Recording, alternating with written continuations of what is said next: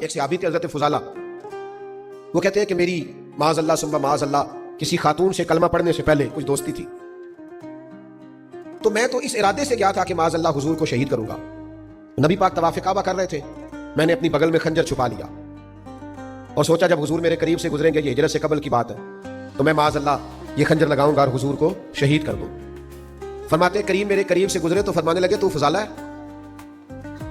خیال آیا مسلمان کو بد پہچان جاتے ہیں اور محمد آدمی کے دل کی باتیں جان جاتے ہیں، تو فضالہ ہے؟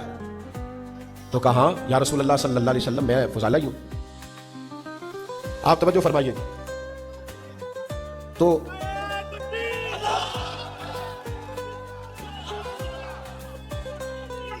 آپ تشریف رکھیں جی، کچھ نہیں ہوا، اطمینان سے بیٹھیں، اللہ جزائے، بیٹھ جاؤ بیٹا، او پیارے بیٹے بیٹھے، اللہ تعالیٰ۔ ادھر دیکھیں میری دو ایک باتیں رہ گئی، آپ سن لیں، میں تو بڑا سادہ سادہ بیان کرنے والا آدمی ہوں، تو ٹھنڈے ٹھنڈے قسم کا خطیب جو ہوتا ہے وہ تو اس طرح تو اللہ آپ کو جزا دے۔ سنیں جی توجہ سے سنیں میرے بھائیوں، نبی کریم علیہ السلام نے فرمایا تو فضالہ ہے؟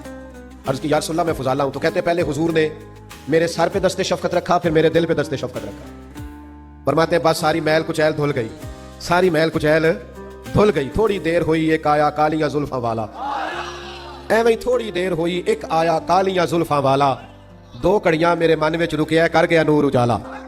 فرماتے ہیں کریم تشریف لائے، کرم فرمایا، مہربانی کی، تو میں نے اسی وقت ہی کلمہ پڑھ لیا۔ اب یہ کیا کرتا ہے نبی پاک کا فیضان تزکیہ کہ باطن کو دھو ڈالتا ہے، وہ سارے اندر سے میل کچیل نکل جاتے، کیفیات بدل جاتی ہیں، رنگ تبدیل ہو جاتا۔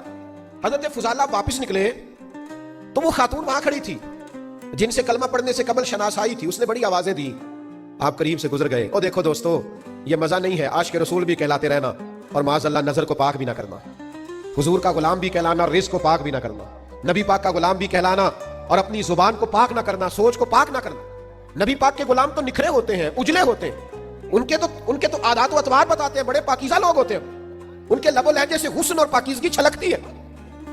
حضرت فضالہ اس خاتون کے پاس سے گزر گئی تو آگے بڑھ کے کہنے لگی مجھے پہچانا نہیں؟ آج یہ رنگ تھا کہ آپ نے پلٹ کے اس کی طرف دیکھا نہیں۔ وہ کہنے لگی تو وہی فضالہ ہے؟ تو آپ زبان حال سے کہنے لگے میں وہ فضالہ نہیں ہوں، اب میں محمد عربی کا غلام بن گیا، اب میرا انداز بدل گیا ہے، اب مجھے تزکیہ نصیب ہو گیا ہے، اب شخصیت میں کسی نے رنگ بھر دیے، اب میں تیری بات نہیں سن سکتا، اس لیے کہ وہ کچا رنگ ہے للاری والا، جیڑا چڑھدا تے لیندا رہندا ہے، اے عشق تیرے دا رنگ محمد چڑھ جائے پھر نہیں لیندا۔